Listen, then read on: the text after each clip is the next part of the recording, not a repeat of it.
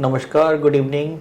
आप सभी का स्वागत है और पोर्ट एक्सपर्ट की तरफ से अ, आज द एक्सपर्ट के इस नए एपिसोड में। जैसा आप सबको पता है कि हम आज द एक्सपर्ट के हर सीरीज़ में एक मार्केट एक्सपर्ट को बुलाते हैं और उनसे मार्केट में नई अपॉर्चुनिटीज़ को समझने की कोशिश करते हैं, प्लस ये भी जानने की कोशिश करते हैं कि मार्केट आने वाले समय में कैसे परफॉर्म करने वाला है। तो आज इसके लिए हमारे बीच में एक बहुत ही प्रोमिनेंट पर्सनैलिटी हैं। मुझे लगता है कि आप सब ने इनको कहीं ना कहीं देखा होगा, जाना होगा। तो मेरा सौभाग्य है कि आज मुझे मौका मिला है कि मैं उनको इंट्रोड्यूस करूँगा आपके सामने। तो हमारे बीच में है मिस्टर निशीत मास्टर, जो एक्सिस में फ़ंड मैनेजर के रूप में कार्यरत हैं। अगर इनके बारे में बात करें तो इन्होंने MBA मुंबई से किया है, प्लस इनको 20 साल से ज़्यादा इक्विटी मार्केट में एक्सपीरियंस है। इन्होंने काफ़ी सारी बड़ी फर्म में काम किया है, जैसे मोतीलाल ओसवाल में, कोटक में, ING वेश्या में, इलारा कैपिटल में। तो इन सभी जगहों पे उन्होंने काम किया है। और आइए हम समझने की कोशिश करते हैं कि आने वाला समय निवेशकों के लिए कैसा रहने वाला है। थैंक यू समीर जी। तो निशित जी, अभी रिसेंटली बजट हुआ है, तो मैं जानना चाहता हूँ कि इस बजट को आप रेटिंग के रूप में कैसे देखते हैं। अगर मैं 1 से 10 की रेट में बोलूँ कि आप रेटिंग करिए, तो इस बजट को आप कितना रेट करना चाहेंगे? समीर जी, GST आने के बाद बजट का इम्पोर्टेंस कम होते गया है। बिकॉज पहले बजट में excise, sales tax, service tax, उनके बारे में ज़्यादा चर्चा होती थी। उसका इम्पैक्ट मार्केट के लिए, इकोनॉमी के लिए बड़ा हुआ करता था। जब से GST आया तब से वो सब पावर्स GST काउंसिल को चले गए। तो बजट एसेंशियली ज़्यादातर या तो डायरेक्ट इनकम टैक्स पे फोकस करता है, गवर्नमेंट स्पेंडिंग पे फोकस करता है। और ये साल का budget has been on expected lines, यानी जो हम सोच रहे थे वैसा ही बजट आया है। सिवाय एक दो STT बढ़ाने का on futures and options. So ये एक दो स्टेप्स छोड़ के ये साल का budget has been on expected lines. And मुझे ऐसा लगता है निवेशकों के लिए it is more important to be consistent, क्योंकि आपका अगर पॉलिसी कंसिस्टेंट रहे तो निवेशक ज़्यादातर इंडिया में आएंगे। And this budget actually falls under that category. So I have always said boring is good for Indian budget. ये बजट भी बोरिंग था, which means that it was a good budget. हमने देखा कि बजट के दिन में मार्केट में बहुत बड़ा सेंसेक्स में करेक्शन है, लगभग 2300 पॉइंट सेंसेक्स करेक्ट हो गया। तो उस दिन मैं डिबेट देख रहा था, तो इन्वेस्टर जो है दो पार्टी में बटे हुए थे। एक इन्वेस्टर का कहना था कि बजट से कुछ नहीं मिला है, और एक इन्वेस्टर कह रहे थे कि ये लॉन्ग टर्म बजट है। तो आपका क्या मानना है ये? सो क्लियरली मेरे हिसाब से ये लॉन्ग टर्म बजट है। गवर्नमेंट ने जितने भी स्टेप्स लिए हैं they have been on capacity building, यानी सक्षम बनाने के लिए इंडियन लोगों को और इंडियन इकोनॉमी को फॉर द नेक्स्ट 3, 4, 5 ईयर्स ये स्टेप्स लिए गए हैं। उनके पास गवर्नमेंट के पास उन्होंने जो भी बजूका देना था वो GST काउंसिल में दे दिया था। उसके पहले वो लोग ने इनकम टैक्स कट्स में दे दिया था। उनके पास ज्यादा देने के लिए था नहीं। So what they have done is focused on the next 3, 4, 5 years, created capacity in the Indian economy so that we have a platform to grow for the next coming decade. तो एज ए फंड मैनेजर आप इस budget को क्या rating देना चाहेंगे? Good था, bad था, excellent था, क्या था? So anywhere between good and excellent, या शायद अगर STT बढ़ाते नहीं तो would have been an excellent budget. But STT बढ़ाने से भी ऑन फ्यूचर्स एंड ऑप्शंस मुझे नहीं लगता है बहुत ज्यादा फर्क पड़ता है। यस, हाई फ्रीक्वेंसी ट्रेडर्स को फर्क पड़ेगा, उनका कॉस्ट थोड़ा बहुत बढ़ेगा। बट अगर आप इन्वेस्टर्स के हिसाब से देखेंगे एंड सेबी का डेटा देखेंगे, NSE का डेटा देखेंगे, 9 out of 10 investors typically lose money in options.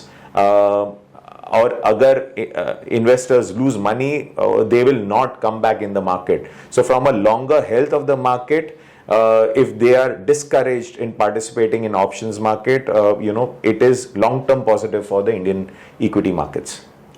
तो जो लोग भी ट्रेडर हैं उनके लिए बजट, उनके हिसाब से बजट अच्छा नहीं है, बट जो लोग इन्वेस्टर हैं और जो PMS वगैरह में इन्वेस्टमेंट कर रहे हैं उनके हिसाब से बजट अच्छा है, आपका ये बोलना है? Yes, yes. तो अभी देखा जाएगा तो गवर्नमेंट ने काफ़ी सारे स्टेप्स लिए हैं, प्लस रिफॉर्म्स किया है उन्होंने, जीएसटी रिफॉर्म्स किया, इनकम टैक्स स्लैब में उन्होंने इंक्रीज़ किया है, plus mother of all deal you के साथ हो गया, प्लस यूएस ने भी अपने टैरिफ को कम किया है। तो ये सारे सिनेरियो को अगर हम कंबाइन करें तो आप इंडियन इक्विटी मार्केट किधर देख रहे हैं, किधर जाएगा आने वाले समय में? सो लास्ट 15 से 18 महीने have been difficult for the Indian equity markets. लोगों ने पैसा नहीं बनाया, स्पेशली अगर वो इन्वेस्टर्स ब्रॉडर मार्केट में इन्वेस्ट करते हैं, small and mid cap investors, उन्होंने पैसा कुछ खास बनाया नहीं है, बल्कि ज़्यादातर तोड़ा रहेगा in the last 15 to 18 months। मुझे लगता है आने वाले 12 महीने इन्वेस्टर्स के लिए काफ़ी अच्छे हो सकते हैं, बिकॉज जैसे आपने बोला रिफॉर्म्स जो गवर्नमेंट ने किए हैं, जब भी whenever Indian government is pushed back they activate reforms, and this is what has happened this time around also.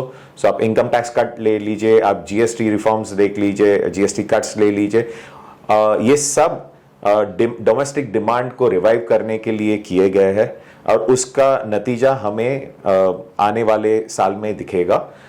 उसको छोड़ के अगर आप देखेंगे तो जैसे ये बजट में spending has also increase on capex. तो अगर आप जब बजट देखेंगे तो एक साइड होता है रेवेन्यू एक्सपेंडिचर, दूसरे साइड होता है capital expenditure. Revenue expenditure will be interest payments, उसमें लोगों की सैलरी, गवर्नमेंट एम्प्लॉइज की सैलरी, वो सब आती है। वो उतना हद तक नहीं बढ़ा है जितना कैपिटल एक्सपेंडिचर बढ़ा है, और कैपिटल एक्सपेंडिचर बढ़ने का सीधा फायदा कैपेसिटी में होता है। इंडिया में कैपेसिटी और आ रही है, इंडिया में रोड्स बेहतर बनेंगे, पोर्ट्स बेहतर बनेंगे। अगर वो होगा तो आपका cost of doing business goes down significantly, and Indian businesses ज़्यादा सक्षम होते हैं एक्सपोर्ट करने के लिए वर्सेस से अदर इकोनॉमीज, बिकॉज उनका कॉस्ट कम होता है। सो वो हिसाब से आप देखेंगे तो गवर्नमेंट ने सब राइट किया है for us to reap benefits this year from the market perspective. तो लॉन्ग टर्म इन्वेस्टर को तो कभी भी इंडिया में प्रॉब्लम नहीं है, जिनका नज़रिया 10 साल से ऊपर है।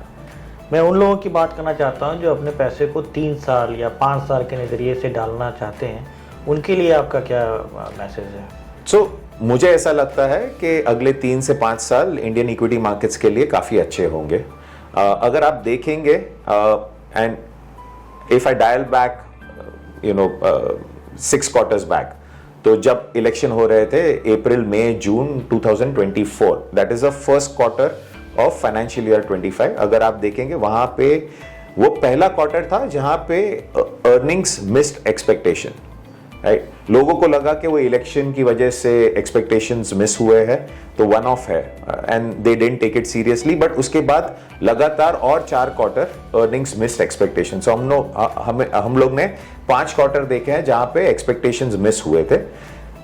वो दौरान पे लोग क्या करते हैं, तो जब आप कुछ सोचते हैं और वो होता नहीं है तो आप डर जाते हो, which means there is some fear psychosis, and that's why what happens is investors go on a risk off mode. risk off mode लोगों के लिए अलग परिभाषा है। जो फॉरेन इन्वेस्टर्स है उनके लिए रिस्क ऑफ मोड मींस मेरा पैसा इंडिया से बाहर लेके चले जाओ, या तो वो यूएस लेके चले जाओ जहां पे वो टाइम पे एआई का बूम अच्छा खासा था, तो लोग एंड वहां पे कंपनीज भी थी जो एआई की पूरे वैल्यू चेन में प्रेजेंट है, या तो चाइना लेके चला जाओ क्योंकि वो टाइम पे चाइना का P was less than 10, single digit P था, एंड वहां पे भी एआई प्लेस थे।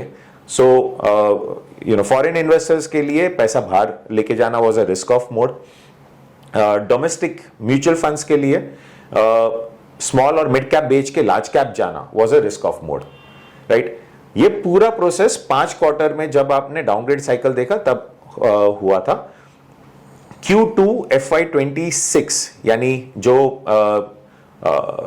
जुलाई अगस्त सितंबर का क्वार्टर था, वहां पे वो फर्स्ट क्वार्टर था जहां पे हम लोग ने 5 क्वार्टर के बाद एक अपग्रेड साइकिल देखा है। ये क्वार्टर अभी तक का रिजल्ट सीजन, मुझे ऐसा लगता है कि ये क्वार्टर में भी आप अपग्रेड देखोगे, मींस आप जो सोच रहे थे उससे बेहतर नंबर आ रहे हैं। So this will be the second quarter of upgrade cycle. तो जो पहले हुआ था जहां पे फॉरेन इन्वेस्टर्स पैसा बाहर लेके गए, डोमेस्टिक म्यूचुअल फंड्स जो लार्ज कैप में पैसा डाले, वो पूरा रिवर्स होने का चांसेस है and there by I believe के ब्रॉडर मार्केट्स जो स्मॉल मिड कैप स्टॉक्स है अगले 1 साल 2 साल के लिए उनके लिए अच्छा वो अच्छा रिटर्न दे सकते हैं। ओवरऑल मार्केट्स भी ठीक ठाक रिटर्न देगा, बट उसमें मुझे स्पेशली लगता है कि small and mid caps could do better than the market. तो ये मार्केट में निशित जी का कहना है कि मार्केट तो का आने वाले समय में शॉर्ट टर्म में भी मार्केट अच्छा रहने वाला है। तो हमारे पास ऑप्शंस क्या है मार्केट में इन्वेस्ट करने का? एक तो आप डायरेक्ट इक्विटी में खुद से अपने फंड को मैनेज कर सकते हो। तो वहाँ पे सेबी ने अभी डेटा पब्लिश किया था लास्ट ईयर कि 99% जो लोग खुद से पोर्टफोलियो मैनेज कर रहे हैं वो लॉस कर रहे हैं कहीं ना कहीं, क्योंकि वो टेम्प्ट हो जाते हैं चीज़ों से और वो गलत समय में बेच देते हैं या उनका एंट्री गलत हो जाता है। तो हमारे पास एक बहुत अच्छा ऑप्शन है पीएमएस का। निशित जी खुद एक पीएमएस मैनेज कर रहे हैं एक्सिस एएमसी में, जिसका कॉन्ट्रा और ग्रोथ जिसका थीम है वो मैनेज कर रहे हैं। तो निशित जी मैं जानना चाहूँगा कि पीएमएस म्यूचुअल फंड के कंपैरिजन में कितना सेफ है और कितना रिस्की है, और इसमें अगर किसी को पैसा लगाना है पीएमएस में तो उसका कितने साल का नज़रिया होना बहुत ज़रूरी है? सो समीर जी, कोई भी इक्विटी प्रोडक्ट में आप अगर इन्वेस्ट करते हो, वो म्यूचुअल फंड हो या पीएमएस हो, आपको minimum investment period should be 3 साल से 5 साल।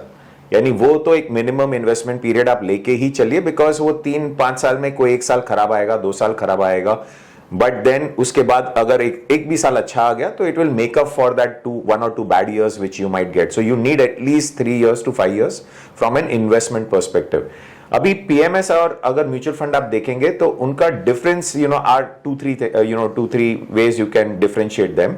एक है कि पीएमएस में कॉन्सेंट्रेटेड पोर्टफोलियोज होता है, तो वो हिसाब से थोड़ा रिस्क ज्यादा है बिकॉज आप कॉन्सेंट्रेटेड बेट्स लेते हो। बट अगर रिस्क ज्यादा है तो potential of returns is also higher, यानी आप ज्यादा रिटर्न बना सकते हैं पोटेंशियली, क्योंकि आप थोड़ा ज्यादा रिस्क ले रहे हैं। अगर आप म्यूचुअल फंड देखेंगे तो typically most of the mutual funds, अगर आप उनका पोर्टफोलियो देखेंगे तो वहां पे 100 स्टॉक, 200 स्टॉक, 150 स्टॉक होते हैं। तो ज्यादातर वो लोग मार्केट को मिरर करते हैं, यानी it will be index plus और minus in terms of returns. Mutual PMS on the other hand can give you significantly higher returns than the benchmark, because आप कॉन्सेंट्रेटेड बेट्स लेते हैं जहां पे एक पोर्टफोलियो में 25 स्टॉक, 20 स्टॉक, 30 स्टॉक रहते हैं। तो क्योंकि हर एक स्टॉक का size in terms of bet sizing बड़ा होता है और वो स्टॉक अगर अच्छा करता है तो देयर इज हायर चांसेस कि आप ज्यादा रिटर्न बनाओगे इन अ पीएमएस। बट जब ज्यादा रिटर्न होता है वहां ज्यादा रिस्क भी होता है। सो अगर मार्केट गिरेगा तो पीएमएस ज्यादा गिरने का चांसेस है rather than a mutual fund. So जब आप इन्वेस्ट करते हो तो it is an informed decision, जहां पे PMS is a slightly riskier product but can generate significantly higher returns. Mutual fund is slightly safer product but will not generate as much returns as a PMS in a good market. Higher return की बात करें तो कितना higher return? Mutual fund अगर 12-13% दे रहा है तो एक नॉर्मल इन्वेस्टर कितना एक्सपेक्ट कर सकता है कि पीएमएस दे सकता है? सो अगर आप हिस्टोरिकली देखेंगे कोई भी अच्छे म्यूचुअल फंड को कंपेयर कीजिए विद कोई भी अच्छा पीएमएस को, तो पीएमएस 2 से 3% एक्स्ट्रा रिटर्न बना के दे सकता है on a compounded basis than a mutual fund. Now और ये 2 से 3% कम लगता है, लेकिन उसका compounding effect over 5 years can be very significant. Okay, तो अगर एक इन्वेस्टर को पीएमएस करना है तो मिनिमम थ्रेशोल्ड क्या है उसके लिए? सो सेबी ने पीएमएस इन्वेस्टमेंट के लिए मिनिमम थ्रेशोल्ड 50 लाख रुपए रखा है, और वो इसके लिए रखा है क्योंकि PMS is a slightly riskier product as I said earlier. तो लोग जो 50 लाख एक साथ डाल सकते हैं उन्हें वो रिस्क समझ आएगा सेबी के हिसाब से, and that's why SEBI is kept minimum investment amount as 50 lakhs for PMS. तो चार्जेस क्या क्या हैं इसमें? अगर एक इन्वेस्टर पीएमएस करता है तो म्यूचुअल फंड के कंपैरिजन में इनको क्या क्या ज़्यादा चार्जेस पे करने पड़ते हैं? सो चार्जेस में एक फंड मैनेजमेंट फी होता है जो आप म्यूचुअल फंड में भी पे करते हो, आप पीएमएस में भी पे करते हो, बट पीएमएस में ज्यादातर पीएमएस आपको ब्रोकरेज भी चार्ज करते हैं। तो जो भी स्टॉक्स बेचते हैं लेते हैं वहां पे जो ब्रोकरेज लगता है वो ब्रोकरेज भी क्लाइंट्स को चार्ज होता है in most cases. In some cases it's not charge sorry, but in most cases it's charged. So वो हिसाब से थोड़ा कॉस्टली गिरता है, but again as I said कि वहां पे रिटर्न बनने का चांसेस ज्यादा हो जाता है। थोड़ा कॉस्टली मतलब कितना कॉस्टली होता है, अगर आप एक रफ आइडिया से बता सकते हैं तो? और आप 50 बेसिस पॉइंट्स एक्स्ट्रा देख लीजिए पॉइंट। तो अगर हम 2-3% ज़्यादा अल्फा क्रिएट कर रहे हैं ईयर टू ईयर, तो मुझे लगता है कि 50 पैसा देना कस्टमर के लिए कुछ ज़्यादा बड़ी बात नहीं। हाँ, it's worth it, it's completely worth it. Okay, तो ये आप जो मैनेज कर रहे हो कॉन्ट्रा ग्रोथ, तो ये कॉन्ट्रा क्या है, थोड़ा वो आप बताएंगे हमारे इन्वेस्टर? सो कॉन्ट्रा, अगर आसान सब जो लैंग्वेज में बोले तो कॉन्ट्रा यानी अगर कोई नहीं देख रहा और आप वो स्टॉक या सेक्टर देख रहे हो तो वो कॉन्ट्रा हो गया। मार्केट उस पर ध्यान नहीं दे रहा है, बट आप ध्यान दे रहे हो क्योंकि आपको लग रहा है कि वो अंडर वैल्यूड है, या तो यानी वहां पे एक वैल्यू है जो अभी मार्केट देख नहीं पा रहा है और आप देख रहे हो। So that's simple definition of Contra strategy. हमारे लिए कॉन्ट्रा इज दो एट्रीब्यूट है मार्केट में, एक वैल्यू है और उसके बाद चेंज इन मोमेंटम है। ये दो एट्रीब्यूट हमारे लिए बहुत इंपॉर्टेंट है for our contra strategy, pure contra strategy. The biggest pitfall या सबसे बड़ी गलती वैल्यू इन्वेस्टिंग में ये होती है कि आप वैल्यू ट्रैप में फंस सकते हो कि आपने आज एक स्टॉक बाई किया सोच के कि ये वैल्यू है, लेकिन एक साल के बाद भी आप देखोगे तो भी वैल्यू रहेगा और 2 साल के बाद देखोगे तो भी वैल्यू रहेगा, क्योंकि ज्यादातर लोग मार्केट में उसे पॉजिटिव नजरिए से नहीं देख रहे, तो वो इन्वेस्ट नहीं कर रहे। वो अवॉइड करने के लिए हमारी टीम ने कॉन्ट्रा में वैल्यू के साथ साथ चेंज इन मोमेंटम भी एक एट्रीब्यूट रखा है, जहां पे हम बोलते हैं कि अगर एक section of market is looking at that stock और sector favourably, we will then invest in it. So हम बॉटम पिक करना कुछ भी ट्राई नहीं कर रहे, पहले 5-10% मूवमेंट होने के बाद ही हम वो स्टॉक देख रहे हैं, क्योंकि हमें ऐसा लगता है कि वहां पे रिटर्न्स बनना ज्यादा इजी है या ज्यादा जल्दी रिटर्न्स बन सकते हैं, रादर देन आप बॉटम पिकिंग करना ट्राई करेंगे। तो कोई एग्जांपल है जिससे हमारे इन्वेस्टर को समझने में आसान हो कि आप बोलना क्या चाह रहे हैं कॉन्ट्रा के इसमें? सो अगर मैं आपको एक सेक्टर का एग्जांपल दे देता हूं, एग्रोकेमिकल सेक्टर है। अगर आप कोविड के दौरान देखेंगे तो एग्रोकेमिकल की बहुत शॉर्टेज थी, और वो शॉर्टेज की वजह से ग्लोबली यानी वर्ल्ड वाइड सब डिस्ट्रीब्यूटर्स, रिटेलर्स, सबने एग्रोकेमिकल स्टॉक करके रख दिया था। बिकॉज अगर आपका फसल रेडी है और आपको पेस्टिसाइड डालना है तो आपको तभी चाहिए। आप ऐसा नहीं हो सकता कि आप बोलेंगे कि नहीं 1 महीने बाद पेस्टिसाइड मिलेगा, तो उसका कोई वैल्यू नहीं है। सो पूरा चैनल ने एग्रोकेमिकल्स भर लिए थे।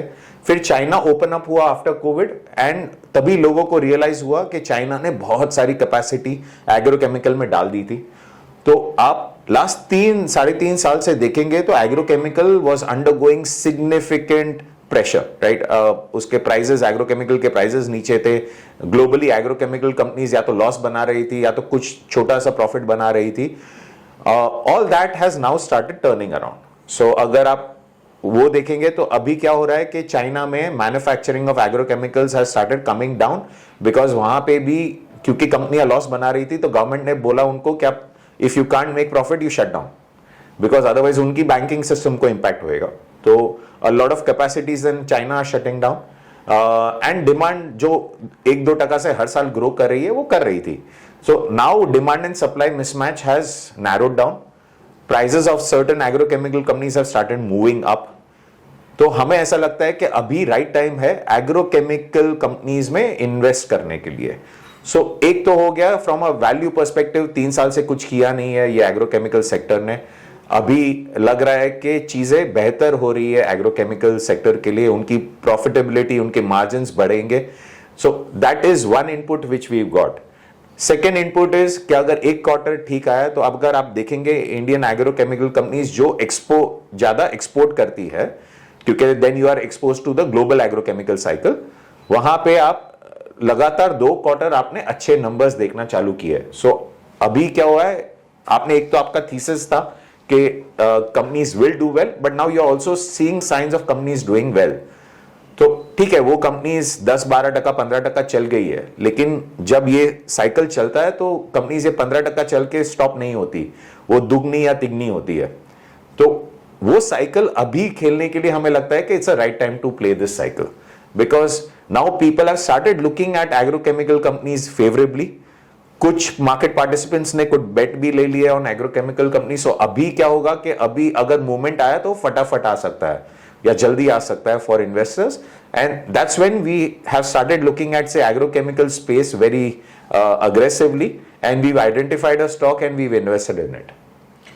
तो इन्वेस्टर अगर कोई सेक्टर किसी कारण से परफॉर्म नहीं किया है आने वाले मतलब लास्ट पिछले 1-2 सालों से किसी कारण से कोई सेक्टर अगर परफॉर्म नहीं किया है, लेकिन हमें यह लगता है कि ये सेक्टर ज़्यादा दिन तक अंडर परफॉर्मेंस में नहीं रह सकता, आने वाले समय में ये सेक्टर 100% परफॉर्म करने वाला है, और उसमें से कोई कंपनीज़ है जिसका वैल्यूएशन आज 50 रुपया या 40 रुपये में मिल रहा है, लेकिन अगर हम उसका बुक वैल्यू के हिसाब से देखें तो वो कंपनीज़ 100 रुपीज़ में उसका बुक वैल्यू बता रहा है जो होना चाहिए. तो वहाँ पे ये कॉन्ट्रा कंसेप्ट के हिसाब से वहाँ पे स्टॉक पिकिंग होता है और उसका बेनिफिट आने वाले समय में मिलता है. यही है? यस. ओके. तो मेरा निश्चित ही सवाल है कि ये कॉन्टेरियन अप्रोच से आपको वो रेगुलर इन्फ्लो मिल पाता है क्या स्टॉक का? सर हर वक्त कोई ना कोई सेक्टर खराब मोड पे चल रहा होता है और हर सेक्टर का टाइम आता है. Right. So we keep on getting opportunities. हमें हर टाइम अपॉर्चुनिटी मिलता है ऑन कॉन्ट्रेरियन साइड. काफी टाइम ये तो सेक्टर के बारे में हो गया, काफी टाइम कंपनी के बारे में होता है जहां पे कंपनी अच्छी नहीं कर रही है कुछ रीजन की वजह से, बट अभी वहां पे मैनेजमेंट चेंज हो गया है और वो मैनेजमेंट पे हमें भरोसा है कि वो लोग ने दूसरी कंपनी में अच्छा किया था. तो डू यू एज इन, और वहां पे भी वैल्यू है जहां पे स्टॉक अवेलेबल है सस्ते में, if one compares to the inherent value of that stock, तो वो भी बेट हम लेते हैं. तो जहां पे से सपोज एक कंपनी थी जिसका डेट बहुत ज्यादा हो गया था, but it has now been able to raise capital, equity capital raise करके डेट चला गया है, उनका एफिशिएंसी आना चालू हो गया है, तो वो कंपनीज भी हम देखते हैं फ्रॉम इन्वेस्टमेंट पर्सपेक्टिव. ओके. तो ये मुझे समझना है कि ये जो कॉन्ट्रा पीएमएस है, अगर इसको हम लार्ज, मिड और स्मॉल और मिड से कंपेयर करें तो उसके कंपैरिजन में कितना रिस्की है? सो सर ये एक डाइवर्सिफाइड इक्विटी स्ट्रेटजी है. हिस्टोरिकली लास्ट 5 साल देखेंगे तो लार्ज कैप एलोकेशन 35% से लेके 68-69% तक गया है. सो वेरी होता रहता है. जो मुझे यानी एज अ फंड मैनेजर अगर मुझे लगता है कि रिस्क ज्यादा है मार्केट में तो मेरा लार्ज कैप एलोकेशन बढ़ जाता है. अगर मुझे लगता है कि मेरा रिस्क अभी कम होते जा रहा है तो मेरा small cap mid cap allocation बढ़ता है. सो अगर लास्ट 5 साल का एवरेज देखूंगा तो large cap allocation has been anywhere between से 35% टू 68%, और small cap allocation has been anywhere between 35% to 50%, और जो बीच में जो भी रह गया वो एसेंशियली मिड कैप हुआ करता है. It's just that mid cap में वैल्यू कम दिखता है of late, but you know that can change. अगर कल उठ के मिड कैप्स में भी वैल्यू दिखेगा तो वहां पे भी हम इन्वेस्ट करेंगे, बट हिस्टोरिकली अगर आप देखेंगे तो it's been more large cap and small cap oriented. Okay. Mid cap नहीं रहता आपके? मिड कैप होता है, कम होता है. कम होता है. तो कितना परसेंटेज होता है आपके पोर्टफोलियो? मिड कैप अगर 5 साल का अगर एवरेज देखूं तो काफी टाइम 2% से लेके 15% तक गया है. ऐसा नहीं है कि नहीं गया, बट 2 से 15% तक गया है. अगर वहां पे हमें ये मिड कैप सेबी के डेफिनेशन के हिसाब से है, जहां पे 101 company to 250th company from a market cap perspective अगर आप देखेंगे तो वो मिड कैप का डेफिनेशन है. सो 150 कंपनी ही आती है वो मिड कैप के डेफिनेशन में, और वहां पे हिस्टोरिकली हमें वैल्यू कम दिखा है, बट अगर वैल्यू दिखेगा तो we will buy for sure, and it can also go up to से 20-25% ऑल्सो. अच्छा किया आपने सेबी के डेफिनेशन से आपने मिड कैप का डिफाइन किया. मैं चाहता हूं कि इन्वेस्टर को आप सेबी के डेफिनेशन के हिसाब से लार्ज कैप, मिड कैप और स्मॉल कैप का डेफिनेशन दे देंगे तो उनको भी समझने में आसान होगा. हाँ. सो सेबी हर 6 महीने में एक एक्सरसाइज करता है जहां पे अगर आप मार्केट कैपिटलाइजेशन के हिसाब से कंपनियों को सबसे बड़ी से सबसे छोटी लेके जाएंगे तो पहली 100 कंपनी को लार्ज कैप बोला जाता है, 101 to 250th company, so next 150 company को मिड कैप बोला जाता है, और 150 के बाद की जो भी कंपनियां हैं उसको स्मॉल कैप बोला जाता है। सो ये सेबी एक्सरसाइज करता है हर 6 महीने में। लास्ट एक्सरसाइज हुआ था जैन में, यानी दिसंबर में, सो जैन 1 से एप्लीकेबल था। अभी नेक्स्ट एक्सरसाइज होगा जून एंड में, जो जुलाई 1 से एप्लीकेबल होगा। माइक्रो कैप किस सेगमेंट में आता है? सर माइक्रो कैप का ऐसे कोई डेफिनेशन नहीं है। ओके। तो कुछ लोग बोलते हैं कि 500 कंपनी के नीचे जो भी है वो माइक्रो कैप है, कुछ लोग बोलते हैं कि 1000 करोड़ के मार्केट कैप के नीचे की कंपनी है वो माइक्रो कैप है, कुछ लोगों के लिए 2000 करोड़ के नीचे की कंपनियां माइक्रो कैप है। सो ऐसे पर से माइक्रो कैप का कोई डेफिनेशन नहीं है, बट कोई डिफाइन किया माइक्रो कैप को? Not that I know of. Okay, not that I know of. Okay okay okay. तो मैं जानना चाह रहा था कि ये जो पीएमएस है, कॉन्ट्रा एंड ग्रोथ, तो बैड फेज ऑफ मार्केट में कितना डाउनफॉल हम इसमें एक्सपेक्ट कर सकते हैं, और अच्छे मार्केट में ये कितना हम इसमें एडिशनल अल्फा एक्सेप्ट कर सकते हैं? सो कॉन्ट्रा क्योंकि ये वैल्यू और मोमेंटम फोकस्ड है, वो थोड़ा रिस्की स्ट्रेटजी है। ओके। वहां पे बीटा 1.1 तक जाता है। सो मार्केट अगर गिरता है तो कॉन्ट्रा मार्केट से ज्यादा गिरता है generally in a bad market scenario. But जब मार्केट अच्छा वापस पिकअप होना चालू होता है तब Contra does exceedingly well, right? In a good market, alpha generation, we've seen in years where alpha generation has been as high as 17-18% over the benchmark. Okay. So अगर BSE 500 total return index 25% बढ़ा है, तो we've seen years where Quanta would have outperformed that by 17%. Okay. Right? So 17% higher returns than that after cost. But in a bad market अगर market 10% गिरता है, Contra 15% भी गिर सकता है। Okay. Growth on the other side focuses on growth and quality, वहां पे generally beta कम रहता है। हिस्टोरिकली ये पोर्टफोलियो का बीटा 0.8 0.9 रहा है। तो मार्केट जब गिरता है तब वो उतना गिरता नहीं है। It's a relatively safer strategy for investors who have a slightly less risk appetite. Market बढ़ता है तो वो कॉन्ट्रा जितना नहीं बढ़ता है। क्योंकि वो ग्रोथ और क्वालिटी फोकस्ड है। तो ग्रोथ और quality typically in a very good market will not do as well as value and momentum. So ये दो अलग अलग प्रोडक्ट्स है for different risk profiles. Pure growth उन लोगों के लिए जिनको उतना ज्यादा रिस्क लेना नहीं है। Pure contra is for people who are okay taking that risk. जो लोग रिस्क ले सकते हैं वो कॉन्ट्रा में जाएं, जो रिस्क नहीं ले सकते वो ग्रोथ में जाएं, और जो थोड़ा रिस्क ले सकते हैं वो मिक्स करें। हाँ, मिक्स का ऑप्शन है, विच इज अगर आप या ग्रोथ जितना कम रिस्क भी नहीं लेना चाह रहे और कॉन्ट्रा जितना ज्यादा रिस्क भी नहीं लेना चाह रहे, तो आप एक मिक्स पोर्टफोलियो कर लीजिए, वो भी ऑप्शन है। ओके।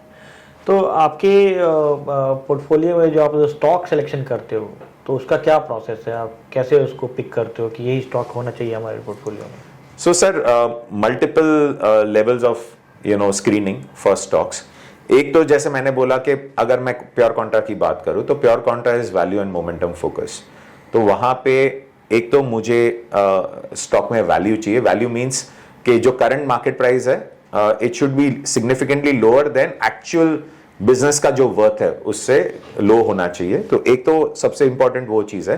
सेकंड, कुछ तो मोमेंटम इंप्रूव होना चाहिए वो स्टॉक में, सेइंग दैट एटलीस्ट एक सेक्शन ऑफ मार्केट इन्वेस्टर्स होने चाहिए जो ये स्टॉक को अभी अच्छे देखना चालू किए हैं, जो पहले नहीं देख रहे थे। So these are the two most important parameters. Apart from that, अगर मैं पोर्टफोलियो कंस्ट्रक्शन की बात करूं तो अगर मुझे 25 स्टॉक रखने हैं मेरे पोर्टफोलियो में, तो पहले 5 स्टॉक वो होते हैं जहां पे we don't take any balance sheet risk, we don't take any cash flow risk and we don't take any liquidity risk, which means ये कंपनी प्रॉफिट मेकिंग होती है। वहां पे बैलेंस शीट में कोई बड़ा डेट नहीं होता है। डेट अगर होगा तो भी बहुत छोटा होता है, तो उनको कभी डेट का प्रॉब्लम नहीं आ रहा होता है। वो कैश फ्लो जनरेट कर रहे होते हैं, positive free cash flow generate कर रहे होते हैं, और मार्केट में उनका लिक्विडिटी अच्छा खासा होता है। यानी अगर 50 करोड़ 100 करोड़ शेयर ट्रेड करने हैं तो वो ट्रेड इजीली हो सकते हैं। So there is no liquidity risk, there is no balance sheet risk and there is no cash flow risk. तो ये जनरली लार्ज कैप या लार्जेस्ट मिड कैप में होता है। So that is the top 5 stocks of the portfolio जो portfolio को balance देता है। उसके बाद अगर जाएंगे तो 6 stock to 20th stock there we don't again take any balance sheet risk, we don't take any cash flow risk, but we might take liquidity risk. यानी यहां पे हम स्मॉल कैप भी बाई कर सकते हैं. सो मैंने आपको पहले 5 स्टॉक के बारे में बता दिया जहां पे कोई liquidity risk, cash flow risk या बैलेंस शीट रिस्क नहीं है. उसके बाद अगर आप जाएंगे 6 स्टॉक्स टू 20th स्टॉक, और ये सब एग्जाम्पल की वजह से, एग्जैक्ट नहीं होता बट एग्जाम्पल की वजह से, वहां पे हम लोग again we don't take any balance sheet risk, कोई बैलेंस शीट रिस्क नहीं लेते हैं, डेट हाई नहीं होता है वहां पे भी, कैश फ्लो जनरेशन कंपनी का अच्छा खासा होता है, but there could be liquidity risk, यानी वो स्मॉल कैप भी हो सकता है जहां पे अगर 50 करोड़ का शेयर मुझे ट्रेड करना हो तो शायद मेरे को 4, 5, 10 दिन लग सकते हैं. So there could be a liquidity risk in these stocks, but apart from that, we are not taking any major cash flow risk or balance sheet risk. That is still the 20th stock. और उसके बाद एक tell होता है जो सिर्फ 5 stock का होता है जहां पे एवरेज बेट साइजिंग 2% के आसपास होता है. हर एक स्टॉक में 1%, 1.5%, 2%, 2.5% जितना बेट लेते हैं. यहां पे हम लोग कैश फ्लो रिस्क और बैलेंस शीट रिस्क भी लेते हैं. यहां पे ये टर्न अराउंड स्टोरीज भी हो सकती है जहां पे कंपनी करंटली बहुत खराब कर रही है, लॉस भी बना रही है, कैश डेट भी अच्छा खासा है, लेकिन हमें लगता है कि पूरा साइकिल टर्न अराउंड हो रहा है. बट अगर हम गलत गए, जो जाने का चांसेस हमेशा होता है, अगर हम गलत गए, हम लोग बेट साइजिंग उतना ही रखते हैं कि अगर 50% भी चला गया वो स्टॉक में तो भी पोर्टफोलियो में इंपैक्ट ना आए बड़ा. So that's how we manage the risk of the portfolio and the construction of the portfolio. Idea is कि जो आपका करंट स्टॉक प्राइस है उससे inherent value of that company should be significantly higher. ये तो स्टॉक सिलेक्शन की बात होगी. एग्जिट कैसे प्लान करते हैं?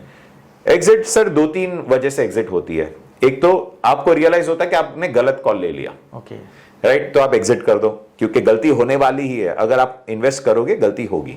सो अगर आपको रियलाइज हुआ कि आपने गलती कर ली तो आप एग्जिट कर लो, क्योंकि वो कैपिटल लिमिटेड है, वो कैपिटल आप बाद में कोई और कंपनी में डिप्लॉय करके पैसा कमा सकते हैं. दूसरा रीजन ये होता है कि स्टॉक बहुत जल्दी बहुत फटाफट भाग गया. बहुत टाइम होता है जहां पे हम टर्न अराउंड स्टोरीज खेलने का ट्राई करते हैं. स्टॉक लिया 10 रुपए में, स्टॉक हो गया 40 रुपए with in a year, with in 1.5 years. उतना fundamentally things have not changed, तो 40 रुपए अभी हमें लगता है कि बहुत एक्सपेंसिव हो गया, तो we exit that. Third way of exit is के हमने एक कंपनी, अच्छी कंपनी थी, हम लोग ने सिर्फ 5, 6, 7% पोजीशन लिया था ऑन दैट कंपनी. वो स्टॉक ने इतना अच्छा किया कि वो अभी 10, 12%, 15% हो गया पोर्टफोलियो का.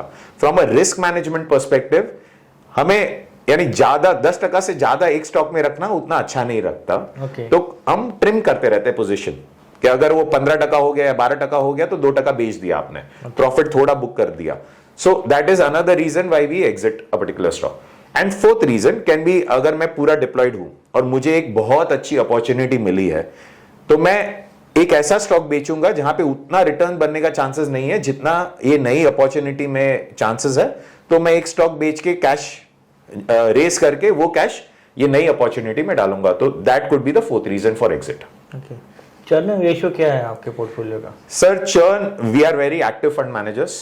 तो इन अ बैड मार्केट जब लिक्विडिटी बहुत खराब हो जाती है तो चर्न कम हो जाता है, बिकॉज हम बेचना चाहे तो भी ज्यादातर बेच नहीं पाएंगे क्योंकि वो स्टॉक ऐसे ही रिएक्ट करेगा प्राइस पे.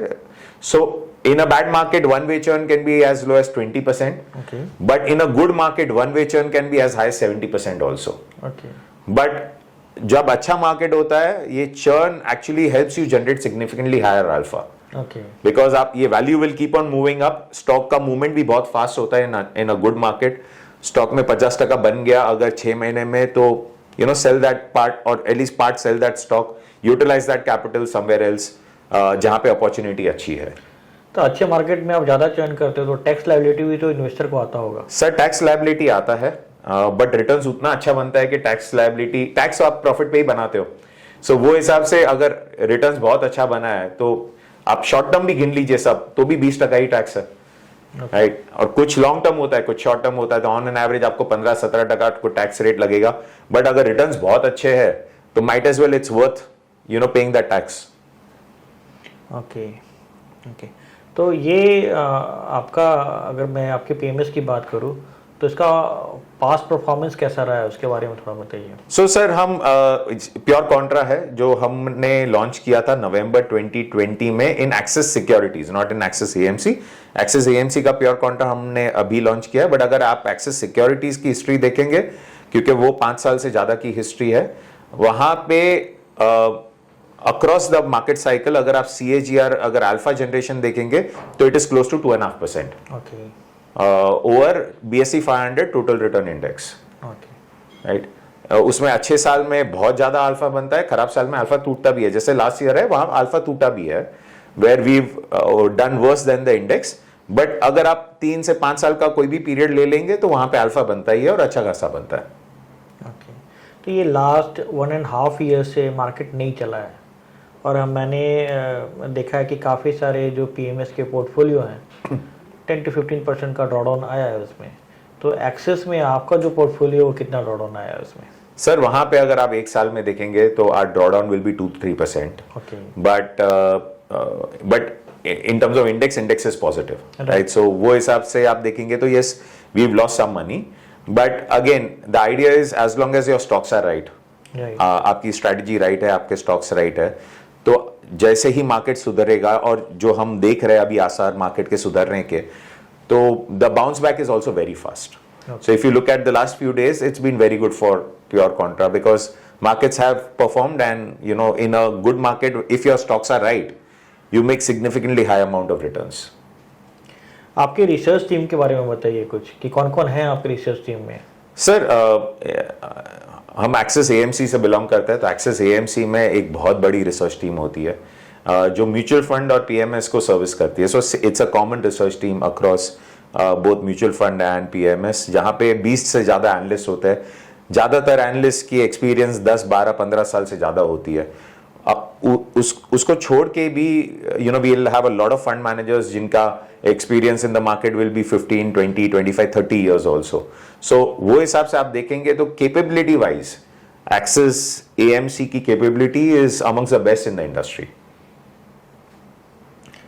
तो निशित जी, आपने काफ़ी सारे सवालों का बहुत अच्छी तरह से जवाब दिया, और मुझे उम्मीद है कि हमारे जो इन्वेस्टर हैं उनको PMS और आपके कॉन्ट्रा और ग्रोथ के बारे में काफ़ी कुछ जानकारी मिली है, और उनको एक नया स्पेस मिला है जहाँ पे वो इन्वेस्टमेंट के बारे में सोच सकते हैं।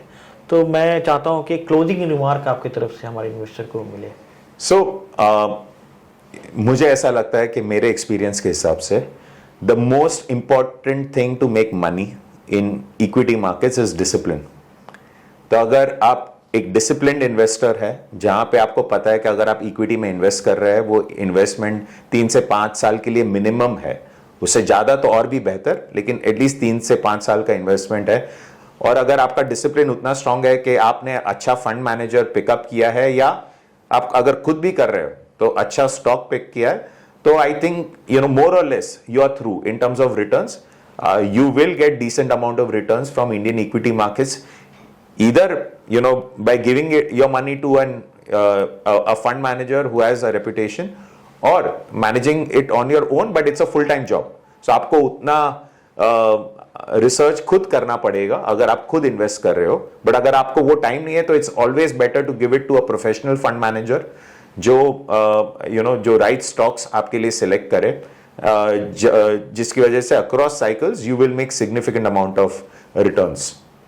तो इन्वेस्टर निशित जी का कहना है कि आने वाला जो समय है वो इक्विटी मार्केट के लिए बहुत अच्छा है, भारत का जो भविष्य है वो आने वाले समय में बहुत अच्छा है।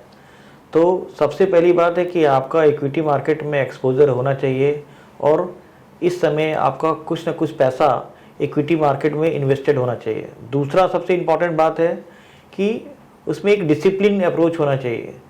तो आमतौर पे ये देखा गया है कि जो इन्वेस्टर होते हैं वो उस तरह का डिसिप्लिन नहीं ला पाते, क्योंकि उनका day to day work style जो होता है वो अलग होता है, वो अपने काम में व्यस्त रहते हैं और पोर्टफोलियो पे ज़्यादा ध्यान नहीं दे पाते।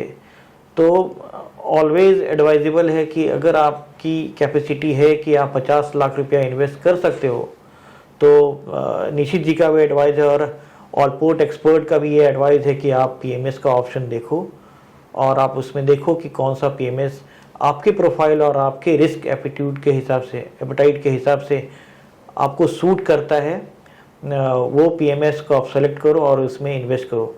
अगर आपको इस प्रोसीजर में कहीं भी ऐसा लगता है कि आपको एक हेल्प की ज़रूरत है तो आप हमेशा हमें रीच कर सकते हैं। हमारा वेबसाइट है www.allportfunds.com और आप हमें वहाँ पे रीच कर सकते हैं।